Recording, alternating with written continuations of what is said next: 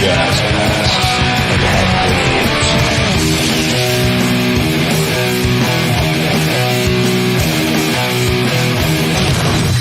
masks and hand grenades.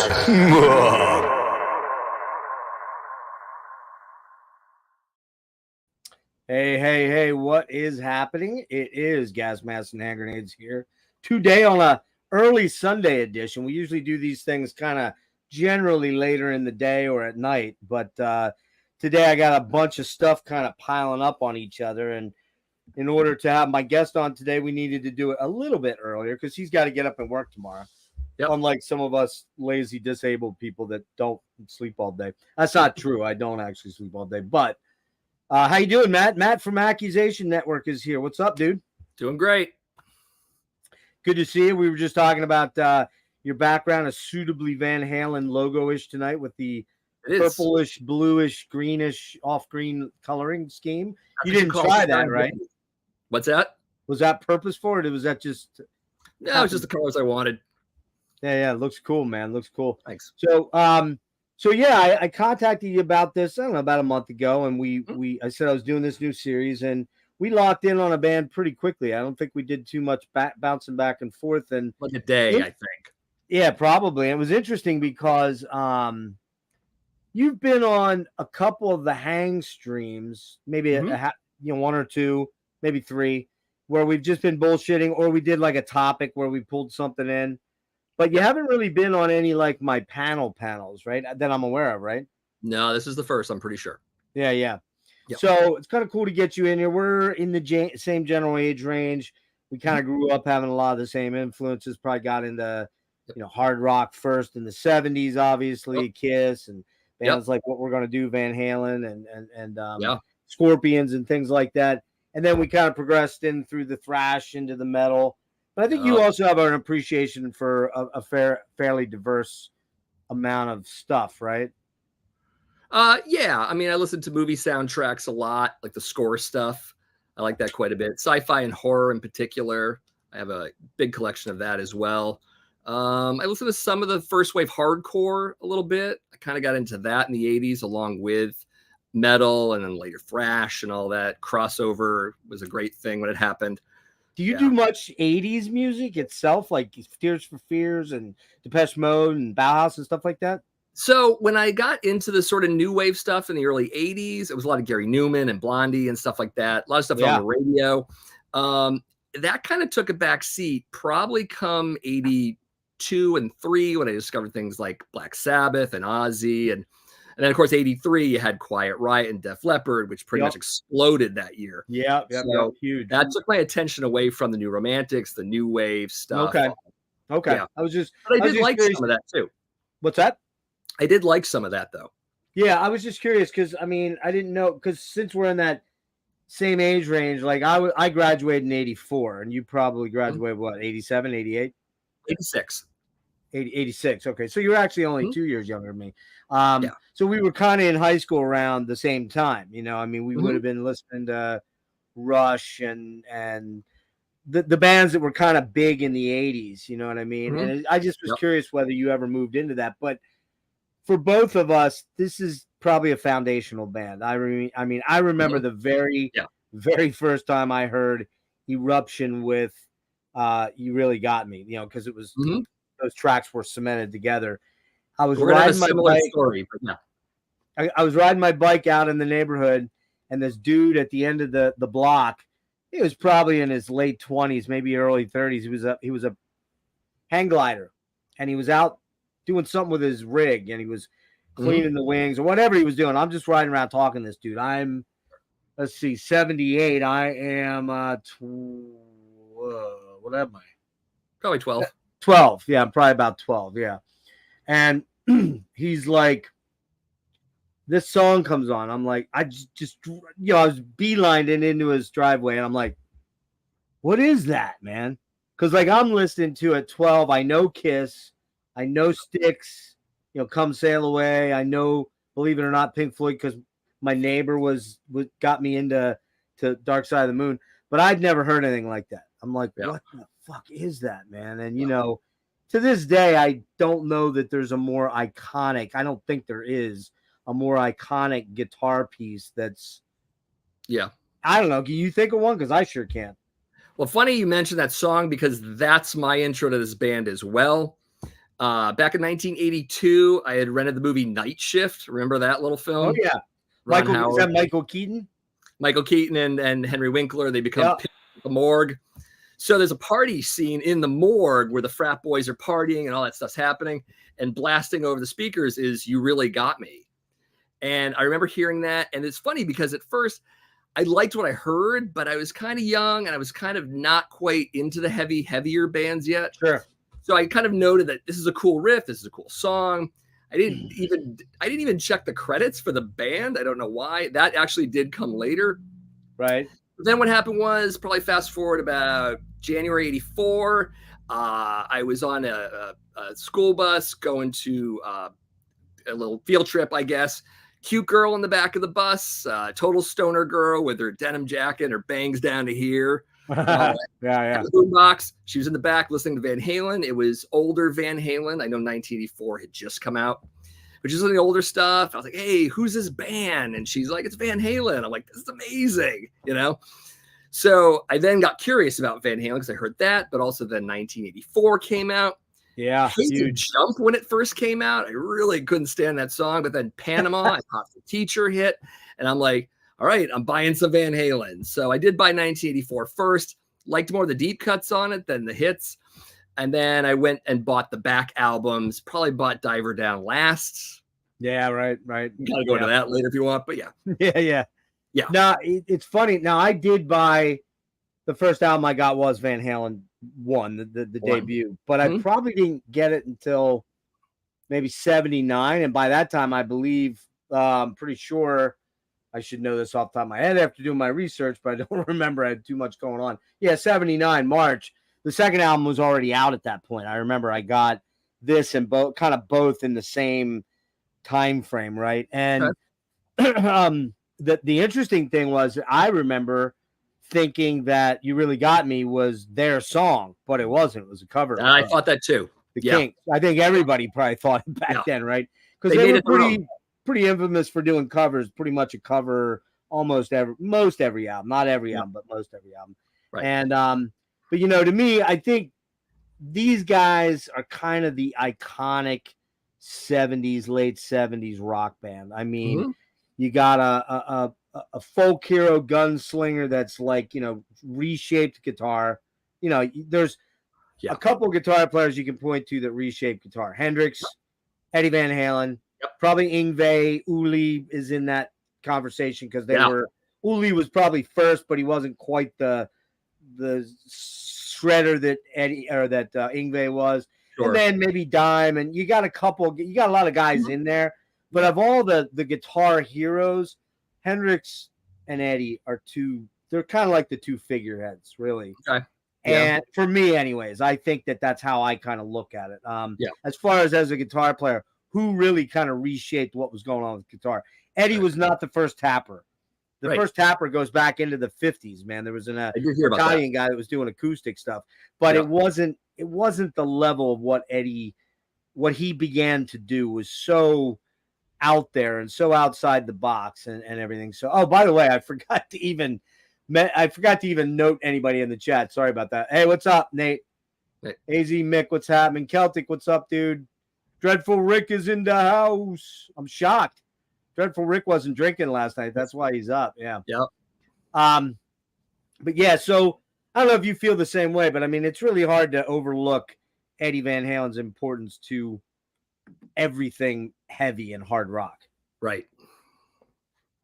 But so yeah, the first album, and I think a lot of people are probably like, well, why the hell are you picking Van Halen 2 and Fair Warning over VH, the debut, and maybe 1984, which are probably their two most, I didn't even look the numbers up, but I'd bet any money on, I'd bet $1 million.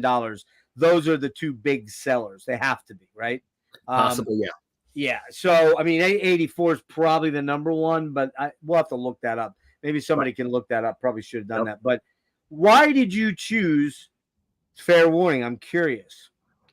Well, a number of things. One, I do love 1984. I think 1984 kind of points us more towards the Van Hagar era a little bit musically, maybe not vocally, but it does point us in that direction. I think the first album is really great, but I think it's also a first album, and it has some of that first album-ness to it.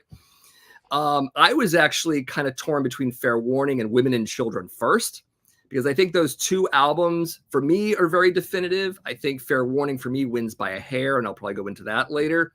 And Van Halen 2, I'm a little bit mixed bag about. We can go into that later. Oh yeah, I got a lot to say about that one. Yeah. And it's a good point. You bring up Women and Children First. I kind of weirdly forget about that album. And then when I thought about it afterwards, I'm like, oh man, did I make the right?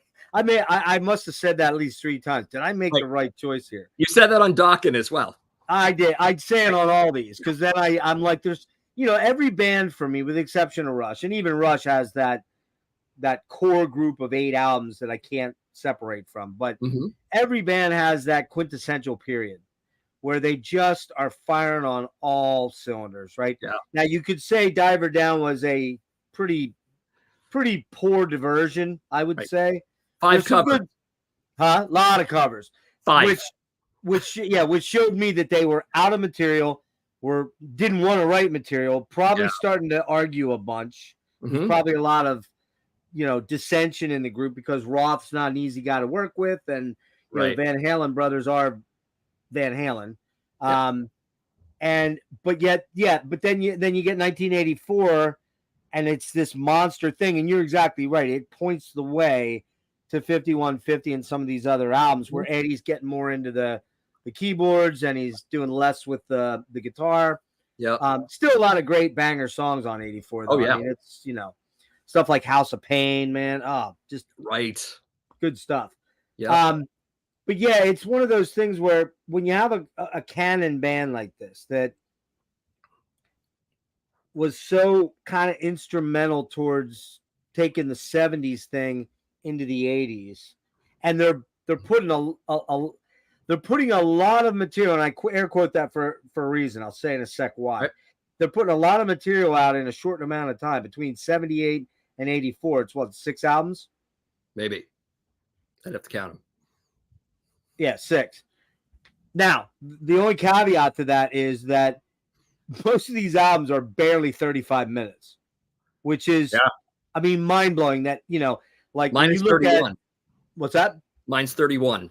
Yeah, mine's 31 too. Yeah. And that seemed to be the formula for them. Let's not go over 31 minutes, And so it's just kind of crazy when you think about putting together 30 minutes of material. Now you look at, it's kind of coming a little bit back now. Bands are starting to ease up from the CD era where they felt like they had to put in 80 minutes of material, which, you got 40 minutes of good stuff and a lot of, do I need this? Do I need to hear this? You see that with a lot of the vinyl releases now. Some of the stuff I'm reviewing is like 1 LP, 1 LP, 1 LP. And I'm like, we are backing off of the, big epic length albums to some degree.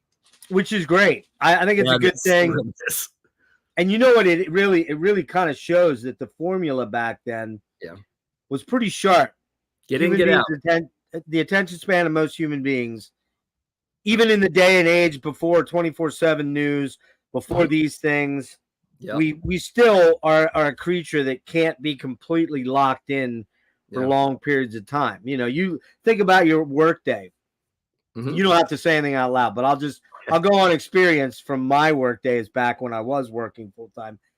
If I was putting in 6 really hard, now there were days where I was laser focused 8 hours.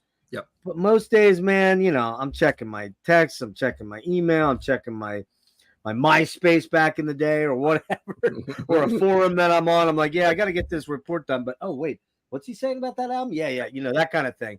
And so, we have a hard time locking in on something for longer than 40 minutes. And so that formula was pretty good. But even by those standards, Van Halen came up pretty much on the other side of that. They were barely pushing the limits there. But so Fair Warning, which, until we did this listening exercise, I would have said was probably my number 2 favorite album. Okay. I didn't come away with it the same way I thought I would. And we'll get into that when I do mine. So why don't you jump into it? I'll give a little bit of background here. Van Halen formed 74. From 74 to 85 consisted of Eddie Van Halen, brother Alex on drums, lead vocalist David Lee Roth, bassist, backing vocalist Michael Anthony. Very important part of this band back then.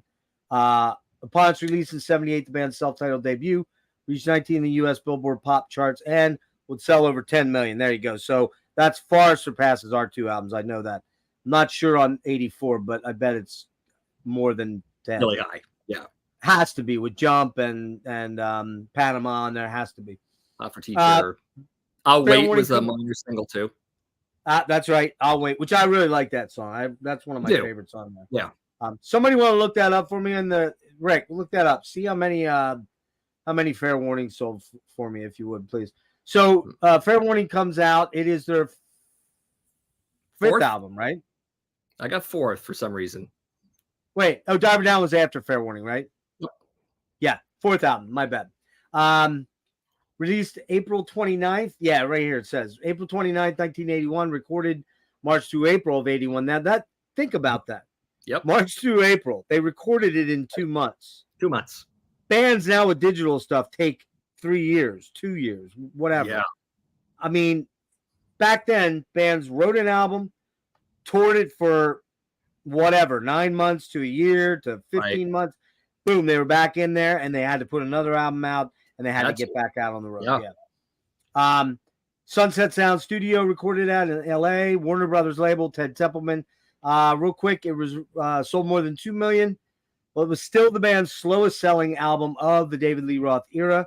Despite the album's commercially disappointing sales, Fair Warning was met with mostly positive reviews. And one quick one, the note here, Rolling Stone gave the album a 2.5 stars out of 5, stating the most significant musical development is the use of the synthesizer introduced at the end of Fair Warning, which would be exploited to much greater effect on later albums. So I don't necessarily go with a 2.5 out of 5, but I probably am in the 3 out of 5 range, and we'll get into why. But go ahead and get into your feelings behind this. And real quick, it reached number 5 on the Billboard 200 and number 71 overall at the end of the year. So go ahead and rip into this one, Matt.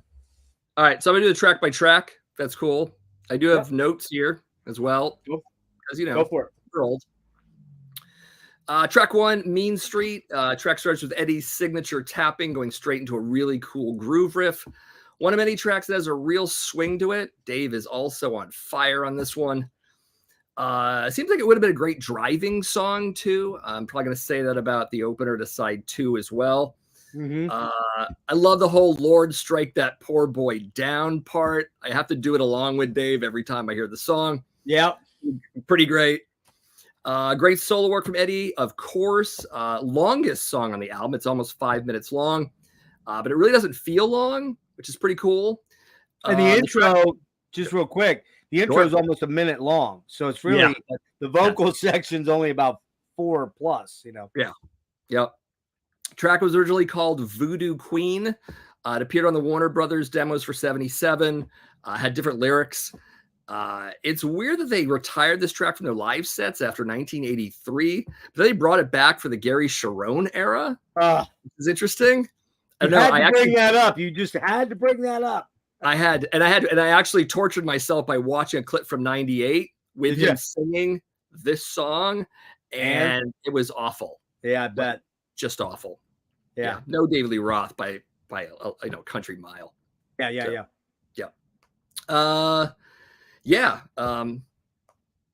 That's basically what I got for that song. I don't know if you want to interject, or I could go to the next song. No, I'll do mine at the end. We'll do them. Your run through and then mine. Okay. So track 2, Dirty Movies. Track starts with a drum intro. Michael and Eddie slowly coming in. Give Alex a little bit of the spotlight as well. Why not? Killer drummer, man. Killer drummer. Amazing. Yeah. After a bit of Eddie noodling and wailing, the track kicks in with a definitely sleazy riff that I think everyone from Motley Crue to Poison was going to rip off later. Also, go see Baby Now. I love that line. Also, some cool off-time playing right before Roth does the whole take it off bit. Also loving bass playing throughout this. This is some nice walking bass lines through here. Stellar track, one of my favorites. Track 3, Sinner Swing. Track actually picks up the tempo quite a bit from the other two. It does lead me to the criticism about this record being a little too dark. Actually, don't really see as much of that as the critics did. I think there's a lot more about sex and other stuff here. There is one dark track on here on the B-side. We'll get to that later. As for Sinner Swing, this is classic Van Halen. Total party song. Lots of crazy fretwork and gang vocals. The stutter moment is kind of fun in the song. Maybe a nod to The Who or Bowie. I don't know. Anyways, the track was only played live during its tour and seemingly never again. Wow. Which is kind of odd. Yeah. And it was originally called Get Out and Push. Track 4 is Hear About It Later. Track has a dreamy guitar interlude, which kind of reminds me of the work Eddie did. He composed the soundtrack to The Wildlife, which is a movie from 1984. Eric Stoltz, Chris Penn, Leah Thompson. Yeah. Great movie. Kid in Weird Science that isn't Anthony Michael Hall, the other one, he's in it as well. Randy Quaid plays this whacked out Vietnam vet in the trailer park. I've never seen that movie. You have to see it. Okay, I'm not. What's it called again? It's called The Wildlife. Came out in 1984. Ving Lee of Fear is in it. He plays the cable operator. Hilarious. I've not seen that one. I got to check that one out then. Yeah, for sure. Yeah. Chris Penn is pretty good too. He almost plays a little bit of a Spicoli like his brother, but not as stoned. Okay. Just kind of dense. Yeah. Pretty fun. Anyways, this track heavies up to a slower pace rocker. It almost sounds like it could have been on the first album. Also loving the drum and bass boogie about mid-song, and the solo definitely has a sleazy element to it as well. Thumbs up for that.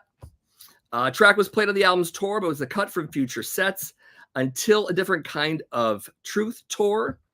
Good song, not the strongest number on the record, which is likely why it's followed by an utterly amazing track. Which brings us to side 2, track 5, Unchained. Track begins with a totally metal riff.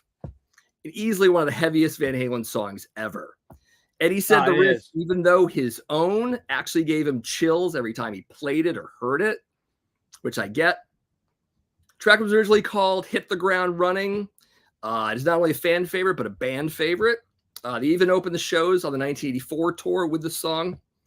And it's the only Fair Warning song Hagar ever did live. Is it really? Yeah. Wow. Now that's crazy. I did not know that. It is.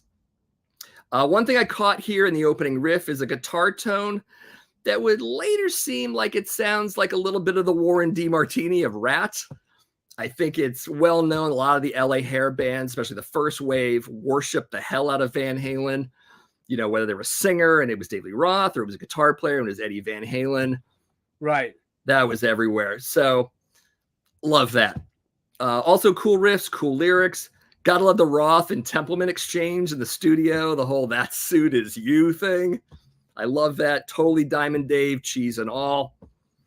And yeah, the other track you should be hearing while speeding down the road, this is a driving song as well. You know, you've got the crunching riff, the pulsating bass. Love it. Definitely a driving song. Also, I don't know why this song wasn't bigger in America. It was a European single. So This Is Love was actually the big single off this record for US, but right. This would have been a great song for American kids. I don't know if it because it was 1981 and heavy metal in the 80s was slowly coming back to America. Right. I don't know if that had an effect. I don't know. Can't say. But anyways, maybe it was a Warner Brothers decision. I don't even know. Probably, yeah. But I'm gonna borrow one of your rating terms here and call this a mega banger. Wait, okay, which one? This is Unchained. Unchained. Oh, yeah. Dude. One thing to note on that I will interject real quick on Unchained. Yep. Sure. As far as I know, I just did a quick spot check on my mental recall on this one. Mm-hmm. It is the first drop D tuning that Eddie used. Nice. They generally tuned to E flat, and then they would do a lot of studio stuff with the Brown sound, creating the Variac and all that stuff like that on the amp. But this was the first track that he, and if you don't know as a guitar player, I think most people know what it means, but you drop your low E down to a D. So you drop a whole step. Yeah, you drop it. Yeah, exactly. A whole step down so that you get that. You can play essentially bar chords on the top 3 strings. So you got a D, A, D. It's a D chord. So Yeah, and it really works to great effect on this song because you got the flanging, you got that super overdriven, super compressed sound, that Yeah. it's just this fucking like, and like you said, that's one of their heaviest tracks for sure, no doubt. So just wanted to throw that in there before I forgot, because I forgot to note it. So yeah. Anyways, track 6 is Push Comes to Shove. Track starts with an almost reggae-style boogie bass line. Lots of bands did this in the early 80s. I remember Judas Priest with The Rage off British Steel kind of flirted with some of that. Yeah, that's right. Right? Yeah. It's an odd little number. It surprisingly works, largely from Dave's soulful take on his usual vocal delivery. He actually sings a little bit on this song, kind of. Yeah. You know what I mean? I do suspect that this is a little more Dave than Eddie in some of the writing Possibly of this song. I kind of think that Ed's more riff driven and often heavier. Compared to the rest of the album, this is an admittedly awkward fit. Still a decent slow number, but also very Roth, except for the bridge, which is classic Eddie with the riffing, soloing, wakes things up quite a bit for the track. Also, never played live. Wow. Yeah. Okay. Not shocking. Nah. I love that song. That's one of my favorite songs on the album because it's different and it's kind of vibey and weird. And Dave's doing that little scatty sort of vocal thing on it. Yep. And, you know what I mean? It's kind of like my Dark Horse track off the album. But like you said, it's very reggae, maybe a little bit of influence by the synth pop of the era, where that sort of boppy, sort of back and forth sort of vibe. Yeah. I'm thinking of Rapture from Blondie. Yeah, there you go. Great analogy. Yeah. So here's track 7. So this is Love. Track starts with a boogie bass and drum melody. Dave's overtop musing about some chick, of course. Of course. It is the most accessible track on the album, and I get why it's a single to some degree. Again, I'd rather it be Unchained. I'd rather it be some other song, but I get it. Good track for Dave as well. I dig his vocals on this one. Upbeat and peppy track, which is followed by a not so peppy track, which is the song that we can actually call Dark. And that leads, of course, to track 8, Sunday Afternoon in the Park. Largely ominous synth with a slow beat. Contrast the last song a whole lot. Apparently, this was written during a time when Eddie and Valerie were fighting, and he got his anger out by doing this instrumental track, which I found out kind of interesting. I didn't know that. Yeah, definitely experimental. We're also getting synth here, which we know Eddie does quite a bit more later, though to less menacing effects. Right. Definitely love this track. It's got this swampy, almost proggy weirdness to it. Yep. It also has a faint hint of Gary Newman. We kind of mentioned him before. I definitely dig that. But again, this is 1981. I think some of that creeps in. Also, if you want to hear Michael Anthony play this on bass, he did do it during the Hagar era shows. So pretty cool rendition. I didn't know that. I did look it up on YouTube. Pretty cool stuff. Nice. So as a whole, if you had to rate this out of 10, where would you go with it?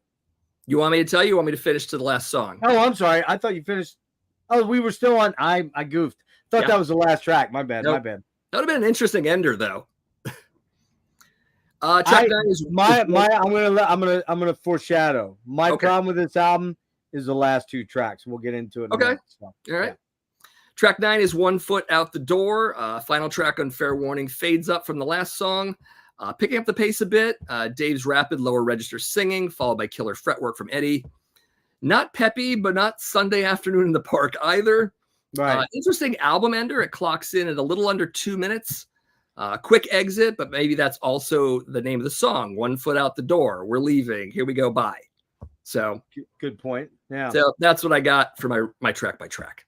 All right. So, like, if you had to rate this on a 1 out of 10, and I apologize, I forgot that was here's why I didn't realize it was, because I didn't even note the last 2 tracks. I just said the flow is really fucked up by the last 2 tracks for me. Okay. What do you like? What would you give this album if you had to give it a gut level out of 10? 10 being perfect, 1 being, pile of crap. I would give it probably an 8.5. I would also say that for replayability. I mean, I'm going to admit this is my favorite Van Halen album. I do listen to this one a little bit. It's a go-to record for me, Women and Children First as well. So, yeah. And that's, in all these exercises we do, there's always that inherent bias of your favorite one, maybe the one that not necessarily that you came in on, but for a lot of us, usually it's in that sweet spot when you first heard the band. It's like, oh, I first heard VH1, but VH2 was the one that I have to admit is my favorite in retrospect, and so we always tend to gravitate there a little bit. So it's hard to work those biases out of our thought process always. You know what I mean? That's fair. Well, let me run mine down quick, and then we'll reconvene on that at the end. Then we'll go over mine. Mean Street, man. I mean, he's tapping up top here, where he's doing the chords down here, and it's like, it's so cool, man. Like, nobody but Eddie could do that. Like, nobody else could get away with that and do it, because it's fucking Eddie Van Halen. You know what I mean? And he did it live, almost note for note. Like, I saw a performance again from '98, and it's just like, it's identical. Yep. Like, and I mean, it's not a super hard guitar thing once you get but you're basically doing a pop with your thumb. Saw that on the E. You're going bop dop bop dop. So it's this sort of bop bop bop bop. Like, and if you know of Tosin Abasi, he's kind of doing sort of something like that with his weird finger style stuff. Now it's kind of a rip on Eddie, and he'll admit that right off the bat. But it's like you're popping, you're tapping, you're popping, you're tapping, and then you're and it's like, is it massively hard? Yes and no. The note selection is not hard. It's getting the technique right. And I have a good buddy of mine who's a Eddie Van Halen worshiper, and he's like, dude, that is so fucking hard to get it down. It took me like months and months of just constantly practicing, putting the guitar down and then coming back to it later and being like, I got to get this down. But not easy. Wasn't it in the early days, Eddie used to turn his back to the audience to hide some of the technique? Probably that, and also he didn't want to, if he didn't fuck up, he did. If he fucked up, he just didn't probably want people to know exactly what the hell he was doing, Right. But Killer Track, that's an ultra mega banger. That's the top of the line for me. There's two of these on the album I have. Two ultra megas, which I gave you my list of things. I'm gonna do it my way. But yeah, ultra mega banger along with Unchained. The tapping sequence into the main riff is just a beast of an intro, and the melody lines are great. Well, I don't care about that. I don't know the words off the top of my head, but like things you ain't seen. This is home. This is Mean Street. Great chordal stuff underneath there by Eddie. This is home, the only one I know. And then you got Michael Anthony layering up on the top, the harmony up top. Just everybody just, people talk about it, but man, Michael Anthony was a huge part of their vocal harmonies and how awesome they sounded, man. Because let's just be frank, Dave Lee Roth was never a singer. No, he's a performer. He's a performer that kind of sings or kind of lyrically puts something to the lyrics. I mean, he has charisma, he has a flash about him. He's just got that persona, man. He's an entertainer. And but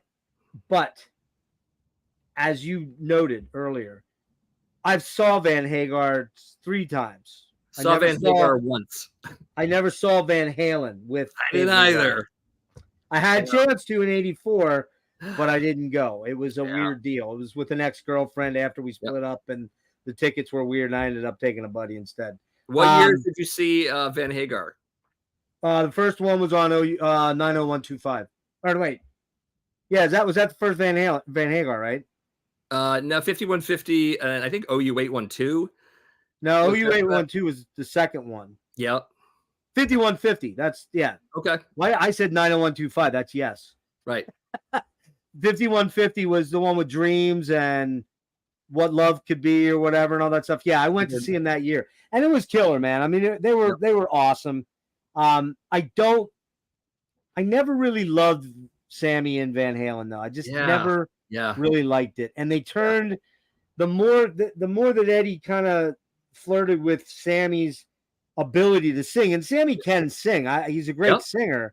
I just like him better on his solo stuff and better in Montrose. Yeah. So that first or HSAS. He's great on HSA. Yep. That album, man. Yeah, but I think his solo stuff is really cool too. He loses me a little bit on VOA. Yeah, he gets a little poppy. Like the pop stuff. I mean, I'm not a big fan of I Can't Drive 55, but you can't deny it's a great hook and it's kind of a fun, it's like all those songs. What's that? I did speed to it once. Did you? Because you got it, right? I'm sure I probably did too, just to check it out, just to see if it was really real. Sure. I did see Van Hagar on the Monsters of Rock Festival. I was at that too, yeah. That was the one that came here. It was the only one that came here. It was usually a European festival. It was Kingdom Come, Metallica, Dawkins, Scorpions, and Van Halen. Yep. Funny, I tailgated during Kingdom Come because I just wasn't having them. Metallica. I like Kingdom Come. That first album's a Zeppelin ripoff. Yeah? I love it. Yeah, I mean them, and there were a bunch of bands that did that. But we were fucking. I was gone by the time the Scorpions came in. Yeah, I slept. They were amazing. Scorpions were the best band on that day. They were the best band. They were. They blew everyone away. Metallica was still getting there. They were close, but they were kind of oddly. They were a little off in the mix of those other bands. Yeah. And because note that this was when I saw that it was June, so it was like 2 or 3 months before Injustice came out. Same here, dude. They played Harvester. They played Harvester of Sorrow, yeah. Right? Yep. Yeah, it's amazing. Yeah, I mean, it was weird because I knew of them, and I'm like, this is such a weird band. And they were before Dokken. Dokken was third on the bill, which was like I've seen recent. I saw some recent Don Dokken interviews for this new album they just put out, and he's like, fucking Metallica killed us that day because it's like we did not want to go on after them, but because they were building momentum. Yeah. We were fighting a lot at that point in time with back for the Attack. In fact, they broke up after that in that era. What happened at my venue was that when Metallica was about to come on, everyone in the stands, because it was an outdoor stadium, they all just rushed the field. Like everyone, forget it. Like security guys were getting knocked on their ass. Oh yeah. Same deal. I was there as well. I was like, we saw him 30 feet from the band. We saw him in JFK Stadium in Philly, which isn't even there anymore. It's covered up by the link. Yeah. The Eagles Sullivan Stadium in Massachusetts. I can't remember the town. Yeah, it was. I mean, it was a great show. I made the mistake of we were drinking Molson Golden on the way down like idiots, driving, like idiots. We weren't hammered, but we were drinking. Of course. And then we got to the place, and we got there early. It was fucking stupid hot that day, like close to 100 degrees. Yeah. And in fact, so hot that they brought the fire company in during the Scorpions, and they were it's a hot summer. They were spraying. Yeah, it was really bad.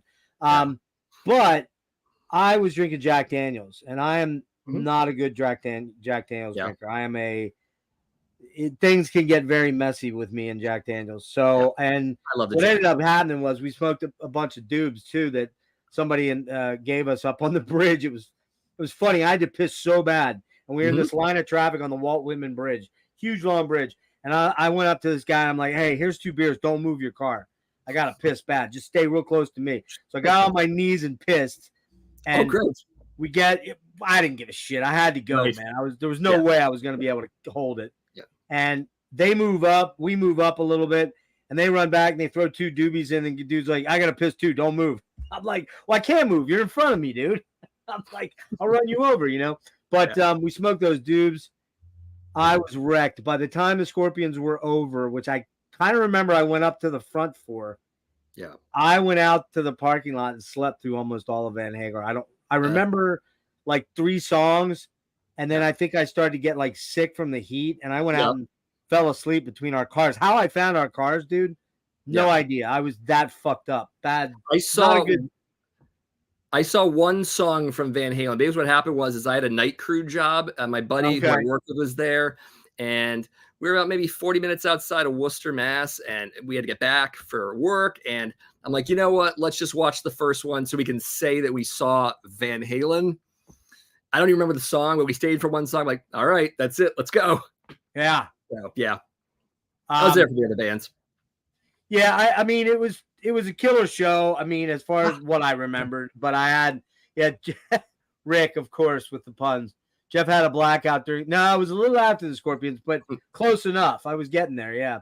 Yeah. All right, so back to the album real quick. So yeah, Mean Streets, ultra mega banger. Dirty Movies, that's kind of a tweener banger for me, man. It's kind of a song that I like.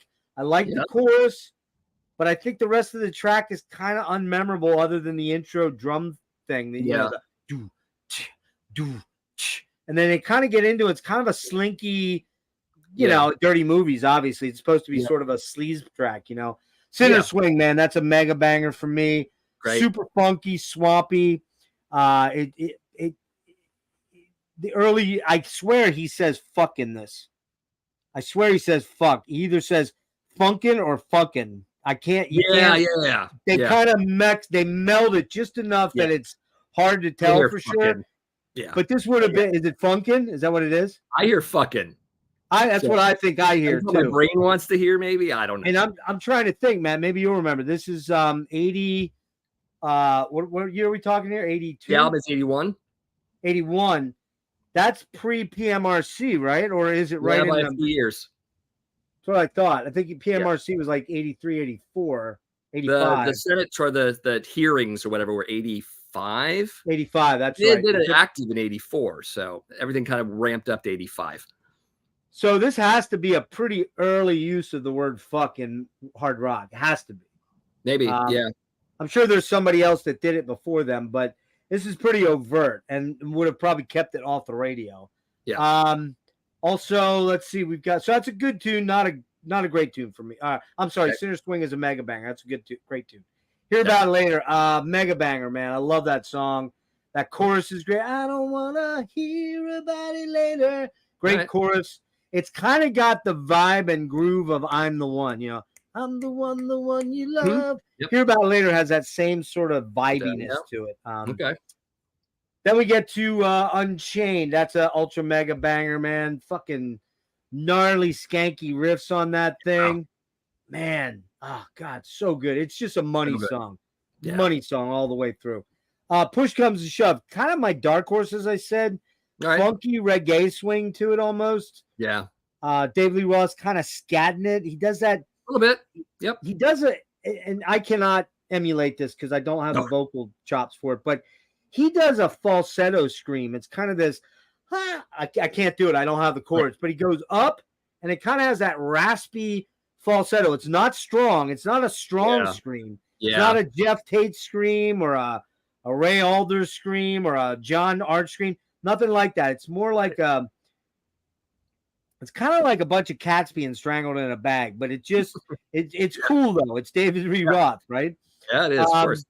So another non-hit, but it was a great song. So This Is Love. I really like this one. It's a mega banger for me. Probably my other sleeper favorite on the album. And then we get to the last two tracks, dude, and they just do absolutely nothing for me. And if we total those up, that's what, about 5 minutes, right? Roughly? Maybe. I'd have to look. I think it's like Saturday is like about 2 minutes, roughly a minute. 2 minutes. So you got 2 minutes and 2 minutes. Yeah, so about 4 minutes. Total. Kind of, they just don't do anything. They kind of end the album on sort of an sort of thing. Okay. I would have almost rather, I get why they put Unchained on the opener to the second side, because we're now talking flipping the album. Flip.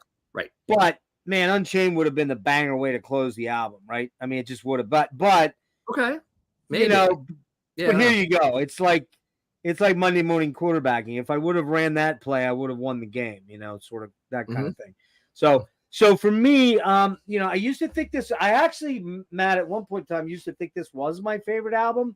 Okay. But you kind of got like 4 or 5 minutes of the album that's just kind of wasted. So you're now down to 26-minute album.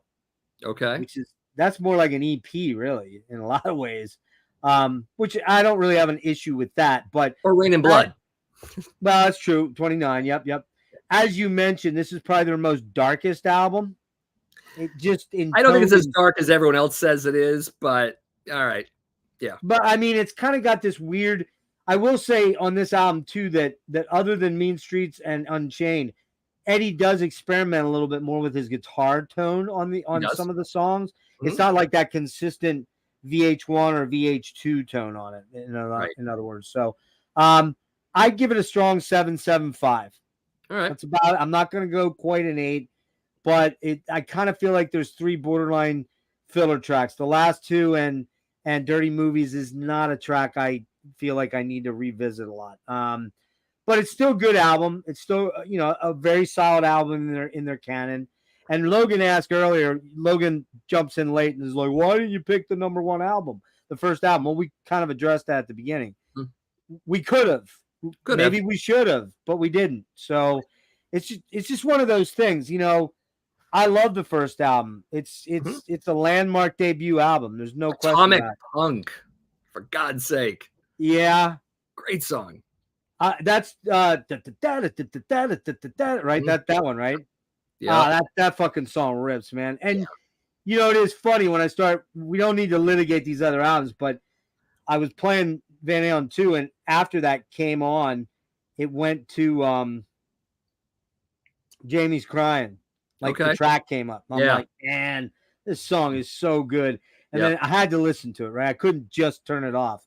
And then right after that, it was Little Dreamer. I'm like, oh, did I make the wrong choice here? I'm like just thinking, did I or didn't I? But to some extent, there's a couple tracks on that album just that I've heard so much that I'm kind of running with the devil. I love it, but I'm kind of like over it in a weird way. And even Eruption and You Really Got Me, while I still love it, I've heard it so many times that it's kind of like, do I really want to go there? So, replayability for me is probably like a 6. The flow of it is a little bit interrupted for Dirty Movies, a little bit of a drop off in those final tracks. So, let's move on to my album, Van Halen 2. Did you show him? You didn't show him, did you? Oh, no. No, we forgot to show him. So show yours. There we go. Cool artwork, kind of weird. That's why I think a lot of people say this album's dark because the artwork is odd. Yeah, it was from a painting called The Maze, right? I believe. Yeah. Yeah, guy's name was William Kurilek. Yeah. Don't know who he is. No idea. He died in 1977, so at 50. So yeah. No, we beat them. It's kind of surrealistic, right? Great. What's that? Uh-oh. Hold on. Are you there? Yeah, I'm still here. Weird. I don't see you. What the fuck happened? Okay. Let me check there you are. All right. Sorry. All right. I bounced out to look that guy's death day, a little info on him. When I came back, the screen was all black. All right. So we'll move on to Van Halen 2 if you want to show that one as well. That comes out March 23rd, 1979. Recorded, get this, from December 10th through December 16th, 1978. Is that crazy? Days. It's amazing. Sunset Recorders again on Warner Brothers. Ted Templeman again, their early producer, did everything. It's the this reached number 6 on Billboard 200. So actually, your album was a little higher, went to 5. Yeah, and then it peaked at number 6. It peaked at number 6. Spawned Dance the Night Away and Beautiful Girls as hit singles. Yep. As of 2004, it had sold almost 6 million copies. So probably the 3rd bestseller in their catalog, I'm guessing, behind 84 and the debut.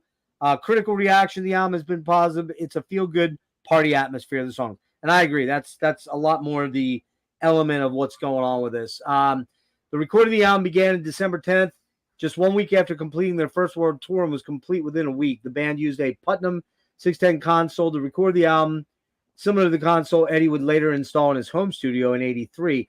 Many of the songs on VH2 are known to have existed prior to the release of the first album and are present on demos recorded in 76 by Gene Simmons. Right. You ever check those demos out? I have. I have a bootleg of them called Zero Demos. I think it's the popular version of them. Some of them are kind of interesting. Yeah. Some cool stuff on there. Some interesting things, how it morphed into the songs that we know later. Yep. Includes an early version of Beautiful Girls called Bring On the Girls. Somebody Get Me a Doctor. Was number 3 in the UK charts. It was certified 5K platinum in 2004, although my other note says 6. But about 5.7 million records have been sold as of 2004. There we go. In 2000, VH2 was remastered, re-released. And I think that's pretty much it. So I'll go into my tracks here. You're No Good. Now, I am not a huge cover guy. I generally am like, if there's a cover version on an album, I'm like, like I just because there are ones that are pretty exemplary, but generally speaking, covers are just your band doing something because they didn't have material and wanted a filler or. Go ahead. I think for Van Halen, the one exception is You Really Got Me. I think the other covers they do just fall way below that. Well, I disagree because this song I think is fucking amazing, man. I mean, I love Carly Simon and it's about James Taylor and they're split up and their acrimonious love affair. But man, dude, the way this song starts with that fade in of the bass on the phaser, he's got the phaser on it. It's like, it's like down, down, down, down, down, down. I fucking love this song. It might even be in my top 5 Van Halen songs, and it's a cover because it's dark, man. It's foreboding and kind of menacing, man. And then you got the solo that it's just fucking Eddie is off on this song. A mega ultra mega banger for me. Love this track. We'll let you get your notes in on that in a sec here. A mega banger for Dance the Night Away. Yeah, it's a mega hit. It's a mega feel-good song. I love this track, man. I get it. It's one of those ones you could say is played out, but every time I hear it, I think summer, beautiful girls, which we'll get to in a minute, sitting by the pool with a drink in my hand or whatever, man. Somebody get me a doctor. An ultra mega banger, dude. That riff. Yep. Oh, it's like that down, down, down, down. Yeah. It's so good, man. Somebody get me a doctor. Just one of Dave's best vocal performances. It's just vicious, man. Bottoms up, you got that acoustic intro, that little bluesy acoustic thing. And then you get into that, come on, baby, bottoms up, love it, man. That's just a mega banger, though. All right. Out of Love Again, sleeper track on the album, man. Oh my goodness, that intro riff is so fucking nasty, dude. Spanks the shit out of most guitarists in the known universe, right there. All day long, love Out of Love Again, so good. Then we get to Light Up the Sky, which is a top 5 song for me in the Van Halen canon. I fucking love it. That ascending, dude, down, down, down, down, down, down, down, down, down. And you it's to me, this is one of his best killer, most killer riffs. And then you get in that little bossa nova little thing that, ooh, fire, light, ooh, lighting up the sky. And then we get into the end bit where it's like, light up the sky. It's just, it's everything killer about Van Halen in one song. And his solo on this is amazing. Spanish Fly, okay, I'm a guitar player. Ed's a fucking monster guitar player. It doesn't do anything like the intro to like Little Guitars does where it adds to the song. This is just a little flamenco piece. It's only a minute, but it's kind of like a throwaway track. Yep. And then, dude, we get to fucking DOA. Yeah. Yeah. What a riff stew, man. Yep. Just that riff is so fucking bad. I could never see in Hagar ever singing this song, man. No. Well, they found a dirty faced kid in a garbage can. I'm on the road and I'm on the highway. Dead or alive, dead or alive. So fucking killer, man. That's a top 5 track for me. Absolutely. Women in Love. I love this song. It's a mega banger. It's not an ultra mega, but the intro, where he's tapping the little, they call them like 12th note harmonics, where he's picking and tapping them. Mm-hmm. It's just it's a very pretty song. Down, down, down, down, down, down, down, down, down. Mud, you're breaking my heart. Dave doing his best sort of like sleazeball sort of vocal there. Love that song. Beautiful Girls. Man, I mean, it's been played to death, right? It's like, I still think it's a great song. It's a mega banger, man. Down, down, down, down, down, down, down, just seaside sitting, just smoking and drinking on ringside. typical David Lee Roth, Lounge Lizard vocals, you know. What's we talking, honey, with a little bit of money, she turn your head around. Fucking killer. So, and then that's the pre-chorus. They get into the what's the words? I should know them off the top of my head. They were there, now they're gone. But you know, here I am, babe, no man of the world. No, all I need is beautiful girl. So much serenading tonight. Yes, tonight. Well, dude, I had to. I know. It's part of the gas mask and hand grenade retinue. I love it. Great flow to this album.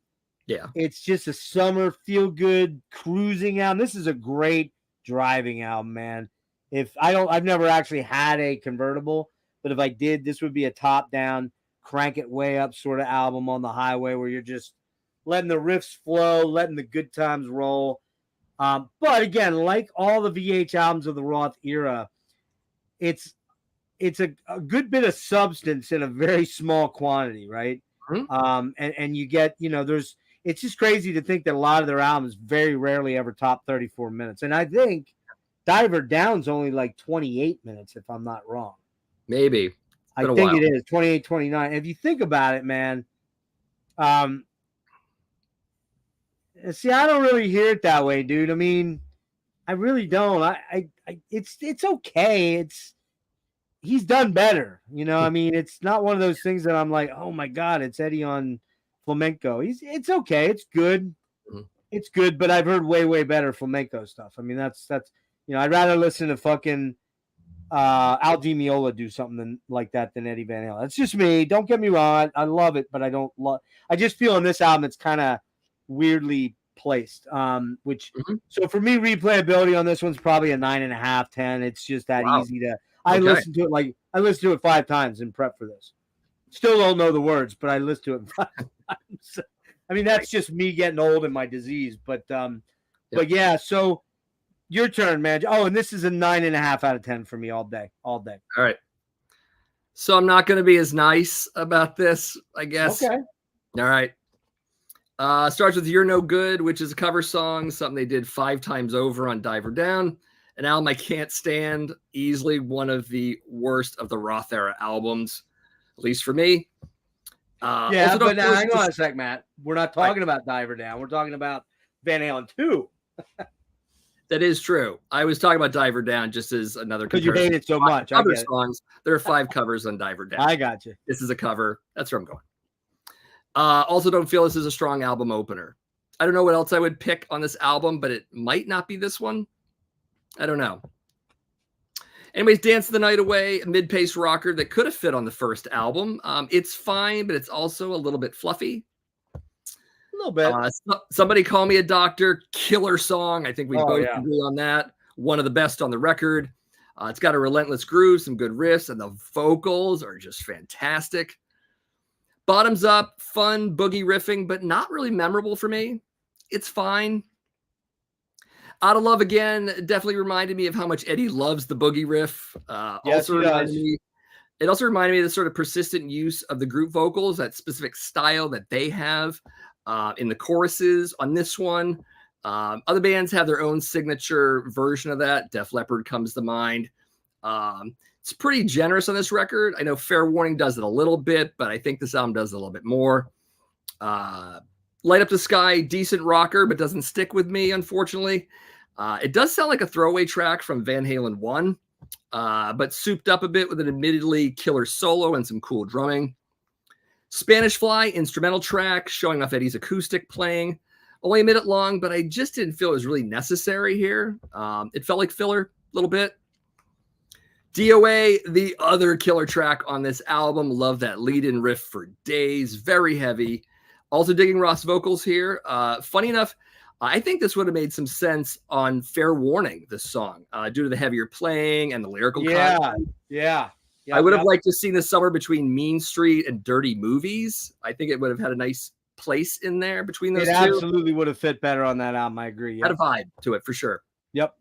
Women in Love, So Intro aside, the slower paced number is an okay ballad of sorts, but it also seems like someone took Feel Your Love Tonight and slowed it down a little.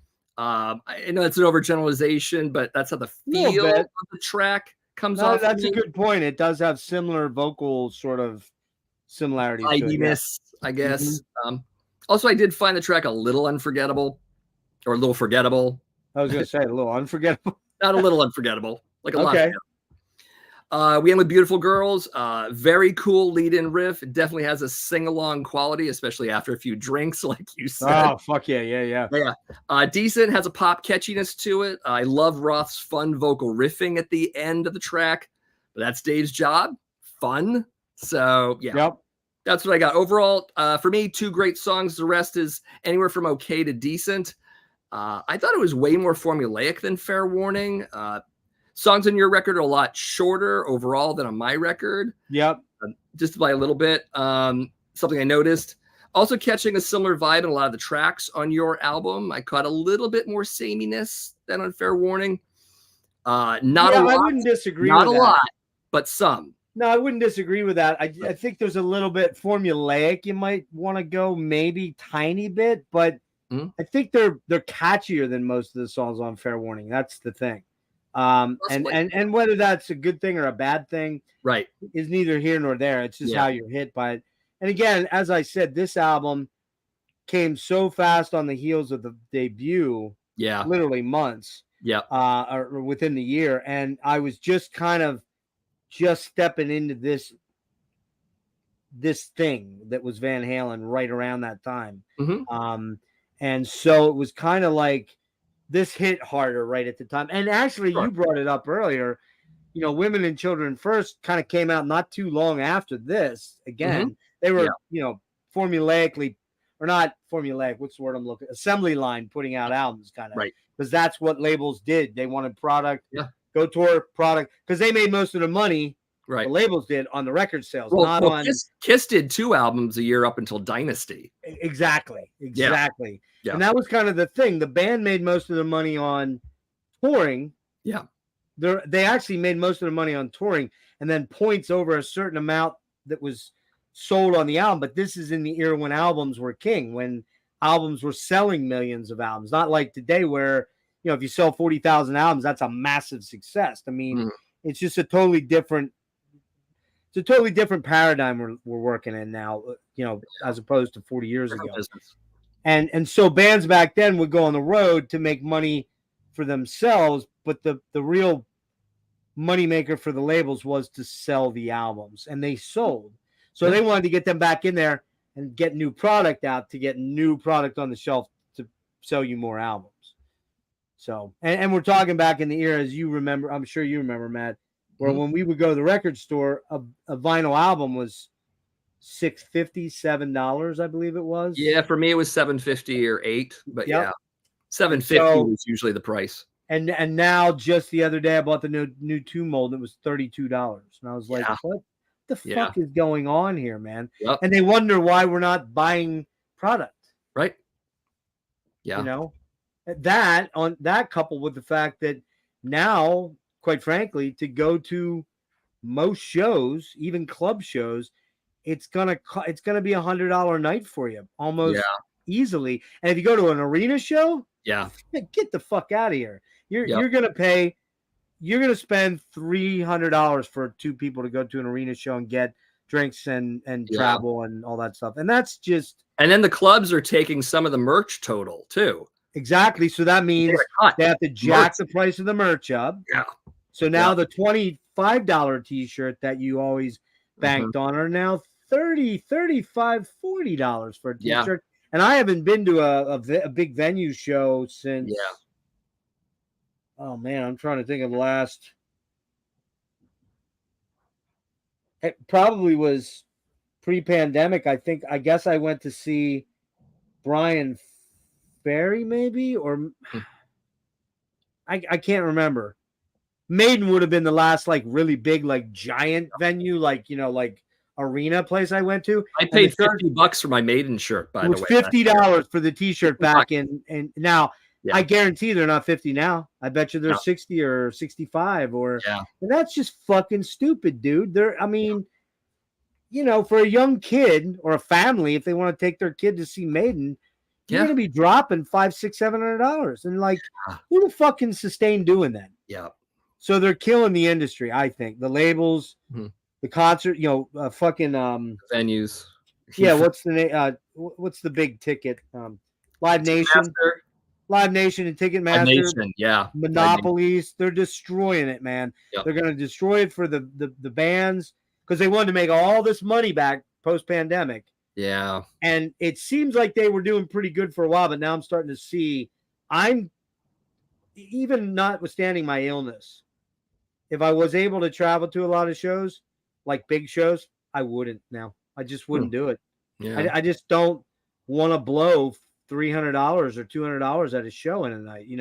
I'll go to a club show still, but even that's like stretching it for me. I mean, and even if I was making $100,000 a year, I'd probably be a little more liberal and I certainly have more disposable income.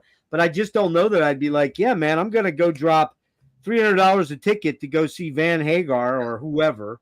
And whatever. Like, I know my kid and I were going to go see the Dream Theater thing. And the best seats closest down on the floor were like 130. Yeah. I'm like, I just don't want to spend $130 to see that. I almost was going to get tickets for this Kiss farewell tour, the actual farewell, actually. Yeah, right. And for like so seats at best, it was $350. That's insane. In Montreal. That's insane, man. That's insane. Yeah. So anyway, let's tie up on this. So your assessment, would you give this out of 10 if you had to give it a 10 score on VH2? Maybe a solid 6. 6.5. Oh, Matt. Good Lord. Well, it was nice having you on once, Matt. Thank you. Good night. But yeah, I mean, look, to readdress the thing, could we have gone with 84 in the first album? Of course we could have. And I love both those albums. I do. I still really enjoy a lot of the songs on those albums. Like Matt, I'm not a big Diver Down fan. It's loaded with, Pretty Women and Intruder and what's the other? Yeah, what are the other songs on there, dude? The covers. Isn't Big Bad Bill is Sweet William? Big Bad Bill is Sweet William now. Pretty Woman is one. Pretty Woman. God, I can't remember offhand the other 3. It's been a long time since I've heard Diver Down now. Yeah, I'm trying to remember what the hell else is on there. Yeah. Hold on. Yeah, bring it up. I want to see what other tracks are on there, man. Yeah. All right. So you got this sold 4 million copies, believe it or not. It does have one of my favorite songs though. Where Have All the Good Times Gone? That's fucking Ray Davies. That's a Kinks song. Kinks. Has Hang 'Em High. That's a great tune. Okay. I love Cathedral, man. I love Cathedral though. That song is super freaking cool. Secrets is a good tune. Intruder, Pretty Woman, Dancing in the Street. Yeah, Dancing in the Street. Little Guitars. Right. I kind of like Little Guitars. Big Bad Bill, that's whatever that is. The Full Bug's okay. Then they do Happy Trails. Good Lord, Happy Trails. Another cover. Right. 31 minutes it is. I thought it was 28. Yeah. But of that, 1, 4, 8, 11, 14 minutes of that album are cover tunes. At least. Terrible. Yeah. And actually, we just while we're at it here real quick. So 1984, I was trying to remember all the tracks. You brought up I'll Wait, which I actually really like that song. Drop Dead Legs is fun. What's that? Top Jimmy. Drop Dead Legs. Drop Dead Legs is killer, man. Good stuff on there. Girl Gone Bad's a good tune. Yeah. House of Pain is killer. House of Pain's awesome. I'm not a huge Hot for Teacher guy. It's okay. House of Pain was an old demo song of theirs. Yeah. Yeah. And then you had the 1 minute instrumental intro to the album, 1984. The intro to Jump. It's kind of amazing, dude. It's kind of amazing that they kind of reached the apex they did without really doing a lot of material with rock. It was, Ice Cream Man, I think was a cover too, right? Maybe. Or am I wrong about that one? Can't remember though. That might have been a Dave song now that I think of it. Hold on. Yeah. It stinks of Dave. It does. It does smell of Dave. Yep. And then we didn't really talk about women and children first. We'll hit that real fast just before we wrap up here. You got Cradle Will Rock. That's a great tune. Jesus, that song. Yeah. Everybody Wants Some's fucking badass. Great. Fools is a great song. Mm-hmm. Romeo Delayed. I'm forgetting how that one goes. Not remembering that. Tora is that little intro thing. Lost control. Great. I love that. Lost control. Take your whiskey. Take your whiskey's great. Yep. Could This Be Magic? And In a Simple Rhyme. I actually think In a Simple Rhyme probably is my favorite track on that album. Okay. It's a unique song for them. So yeah.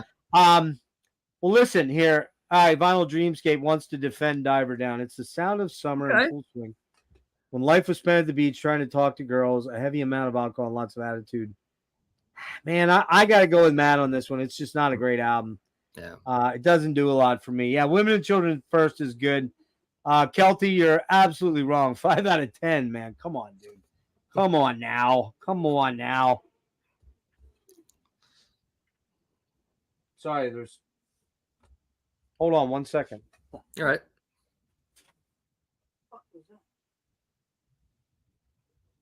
Something's going on outside my window here that I don't know if somebody's trying to break into my house or what, but yeah, I can't get behind the Diver Down thing. And I will say, that while there are odds and end tracks here and there of the Van Hagar era that I am okay with, I just, I own OU 812. I don't think I have it anymore. I think I got rid of it a long time ago. I may still own 5150 on cassette, original cassette. It's okay.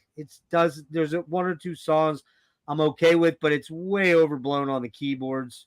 Balance has a couple of tracks that are okay, actually. And then Fuck is kind of, there's a couple tracks, and then there's a lot of filler on those albums for me. Yeah. And they just... And I like him more on that solo career of his. Like the older albums, like Standing Hampton and Standing Hampton's great. Stuff like that. I love the track he did for Fast Times at Ridgemont High. Oh, yeah, that's a killer track, too. It's on the soundtrack. It's a double record soundtrack, which is amazing. Yeah, I don't know, man. It was weird. When those two got together, it became this attempt to make a lot of hits. And they weren't really great hits. They weren't really... It got a little AOR at some point. Yeah, it got AOR, man. I mean, you have songs like Dreams. You had songs like What... Tell me why can't this be love? Right, and you'd have 1 or 2 heavy rockers on the albums. You'd have something like Cabo Wabo, which is okay, or but then you had like Finish What You Started, right? Or you had something like Right Here. What was that? Right Now. Yeah, Right Here, Right Now. But they made a lot of money, man, and they sold a lot of albums during that period. But they did. It just wasn't the same band for me, man. It just was not the same. You like Summer Nights. Summer Nights actually a good tune. That's actually a good tune. Been a while, but what's the one that goes... I'm not going to remember the damn name of the song. I don't actually own any I own a VH Greatest Hits. And I said to you right before we got started, I'm like, shit, dude, I don't think I own any of the Roth era stuff anymore because I had it on cassette or album that I got rid of somewhere or it got stolen. Like my tapes got stolen. And I've kind of kept an eye out for the clamshell box set with all the Roth era stuff in it. Okay. But it's always like $50. I'm like, man, I'm not paying $50 for shit that I owned for years and years and years and probably won't play a lot anymore. But this was fun to revisit this band because it's a formative band for us. You know what I mean? Indeed. It's one that we both kind of put our time in back in the day, and it was the shit, right? Yeah. And much of the LA hair metal, like first wave, really emulated Van Halen. 100%. I mean, Vince Neil wanted to be David Lee Roth. Brett Michaels wanted to be David Lee Roth. So many guitar guys trying to be Eddie Van Halen. 100%. Lee, George Lynch, Warren DeMartini. Yes. Yep. All those guys they took the Eddie influence and then maybe took it to the next level. If it was like all the tapping and the fucking legato stuff and everything. It's just you're right. Yeah, that's a fantastic point to basically close on. All of the hair metal of the 80s took their influence from this band specifically. And maybe a little too. Player in LA at the time was Randy Rhoads, but they weren't trying to be Randy Rhoads. They were trying to be Eddie Van Halen. Very good point. For sure. Yeah, that's good because Randy is late 70s with Quiet Riot. Yeah. And Randy the classical thing, the neoclassical thing as well. And the hair metal kids weren't grabbing onto that. They wanted the flash and pizzazz. They wanted that presence on stage. Yeah. And I'm actually glad you brought up something with me. You brought up the fact that you brought up Randy Rhoads, which I did not name check him, and I should have, because he was right there with that Yngwie Uli neoclassical thing. Only he wasn't doing it like Yngwie was with a million notes. He was doing it a lot more legato style playing as opposed to Yngwie. They all worship Richie Blackmore, basically. Richie, and they were all disciples of Richie. There's another one that I'm failing at my Guitar Players 101 today. So, but yeah, man. So great conversation, dude. I don't. Again, nobody wins these. They're all for fun. They're just to talk about albums that we love. And I don't know if anybody else wants to throw their 2 cents in real quick before we go. Like which one you would pick between these two. I gotta get. I'm in episode 9 and I still don't have this completely perfected as to how, like we started coming up with the banger terminology, and I don't know if everybody else is comfortable doing that. So I got to kind of go, hey, do you mind trying this, or do you want to try this? And so you're doing great, Jeff. What's that? You're doing great. Oh, hey man, I do what I do. If you want to ride along, you're welcome to jump in. If you don't, no one's keeping you here. That's how I look at it. It's just, that's the reality of it. I love doing these kind of interactive things where I talk to other YouTubers that are, I like talking to young guys as much as I like talking to old birds like you and I, right? I mean, we have the experience because we were there when it was happening. Whereas both of us never got to see Roth, we probably could have. You know what I mean? Like you were right on the edge. I was definitely there. My senior year, I could have gone and seen him for 84 and almost did. I think what happened with me was that throughout 84 and 85, I was slowly getting the back catalog and slowly getting into them. And then by the time I did, Crazy in the Heat and Eat 'Em and Smile were coming out. So So he was solo. He was solo at that point in time. Yeah. And so, it's one of those things when we do these, I like doing these dads and them not being necessarily metal bands. I mean, am I the first not dad on the show? Sorry? Am I the first not dad on this show? As in, you don't have kids? Right. Maybe. Let's see, Brian. Oh man, that's a good question. Oh, Logan doesn't have kids. All right. Logan doesn't have kids. I'm trying to think who else came on. We got Marty's a dad. Marty's on. He's got Brian's a dad. Eric, we did Vandergraaf Generator. He's only 28. So now you're not the first. Sorry, man. All right. Celtic goes fair warning. All right, there you go. Go back and give VH2 a spin. Nate's going between these two, probably a tie.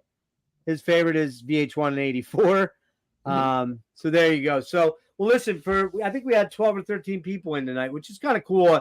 Football's on and everybody's got better things to do on a Sunday afternoon. But this one should do well, I would think, because Van Halen's kind of I think that to tie it all up is Van Halen's kind of a universal hard rock band that everyone can kind of get behind and I never talked about them on my channel. I don't think. I think I talked about that Zero Demos boot, but other than that, I've never talked about this band. I never have either. So so share this out, Matt. When it's done, I'll send you the link and you can do what you want.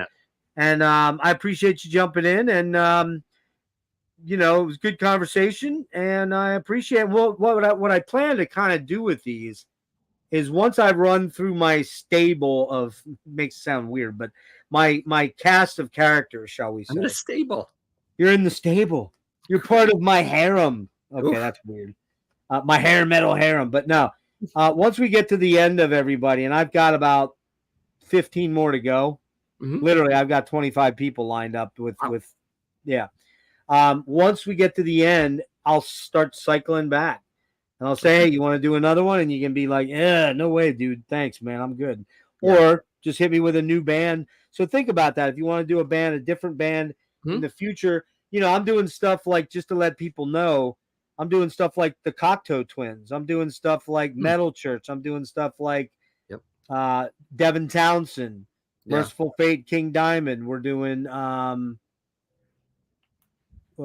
think Massive Attack. So I mean, we're trying, I have a very widespread love of a lot of different genres and bands. So I want to keep it a little unique and a little bit I just don't want to do Maiden and Priest and all metal. I mean, I love that stuff, but I just don't want to talk about that all the time. So Matt, what do you got coming up on your channel? I just shot Vinyl Hall 44 this morning. That's going to post a week from tomorrow. I think tomorrow is, I did Dennis at Analog Archives, sophomore albums, Better Than the First. You're going to watch that tomorrow. Also have upcoming metal vinyl as well. I think I've got a top 10 list, but I can't remember what it is. So I've got a bunch of stuff in the fire, in the pot. You're not much of a prog metal dude, or are you? I don't. Prog's weird with me because sometimes I like a little bit of what I hear, and other times a lot of the off-time stuff kind of throws me. The time signature bands like Fates Warning and Dream Theater and. Oh, where do I drop off with Fates Warning? I liked Parallels and everything kind of before that, but I think after Parallels I start to slow down. Okay, all right. So you're not like a diehard prog metal head. Ultimately not, although, I have been trying to get more into sort of modern Voivod, so I'm trying a little, I guess. Yeah. But good segue. I'm not doing King Crimson or Yes. Okay, all right. Okay, gotcha. Well, no, I was talking more like metal, like Symphony X and Dream Theater and maybe like Animals as Leaders or things of that nature that are kind of periphery, or even like the prog death type stuff like Opeth or that kind of stuff. You probably like some of it, but not all of it. Right. Yeah. That's about right. Yeah. Good segue with Voivod. In about an hour, I will have Dan Mongrain on live with me. We're going to be talking about Martyr, which if you love Voivod, you should probably love Martyr because, Okay. Sorry about that. And so there you go. That's coming up at 6:30, and then at 10 tonight, Chuck, my buddy Chuck from out in Cali, we're going to do the Beatles. We're going to talk about Magical Mystery Tour versus Abbey Road. So there you go. Huh. That'll probably have like 3 people watching them. Yeah. I'm more of that last half of the Beatles than the whole Beatlemania thing. What's that? I like some of the weirder psychedelic experimental stuff the Beatles did. She Loves Me, yeah stuff I didn't like, but when she got to Revolver and those Revolver albums, On that's my sweet spot. Yeah, I like a little bit of oh shit, what's it called? The one right before Revolver. Rubber Soul. Rubber Soul, I like. That's kind of a cool, interesting sort of vibe. It starts to get you there, but yeah, I like Revolver. It's Oh, Revolver's the album Forward. Yep. Yeah. I, this is another one. I picked Abbey Road. He picked Magical Mystery. Most conventional wisdom would say, wait a minute, what? You're skipping Sgt. Pepper or Revolver or even the White Album. I actually initially had the White Album, but I decided not to go that route, or Let It Be or something like that. But it's one of those things, dude. I listened to so much Beatles in the late 70s into the 80s that I was Beatled out by the time I hit maybe. That's kind of when I was listening to it too. It was junior high school. 2 decades ago. I kind of. But here's the thing about that though. Whereas I don't ever really actively want to pick up a Beatles album now and listen to it.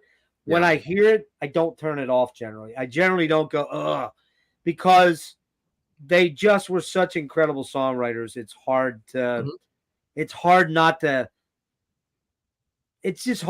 accept that and go, this shit was fucking amazing, man. These guys were just juggernaut songwriters. In a 10-year period, they dropped, I don't know, it's 13 albums or something like that. It's like crazy. Or maybe might even be more than that, actually, now that I think of it. I can't remember. It was like a 6-year period. From Revolver or from Rubber Soul on, I think it was like 12 albums in just this insane short period of time. It's in my notes. They didn't tour much either. That's the thing. Well, they stopped touring in 66, so that allowed them to do that. Plus, they're in a golden era of making crazy money off record deals, just like the record labels made stupid amounts of money. I mean, you just, it's still amazing to look at. Like, you go on like something like Spotify and look up their listens. They dwarf practically everybody else out there still. Just it speaks to the speaking power. So you may not be a Beatles fan, and you may be like, Beatles.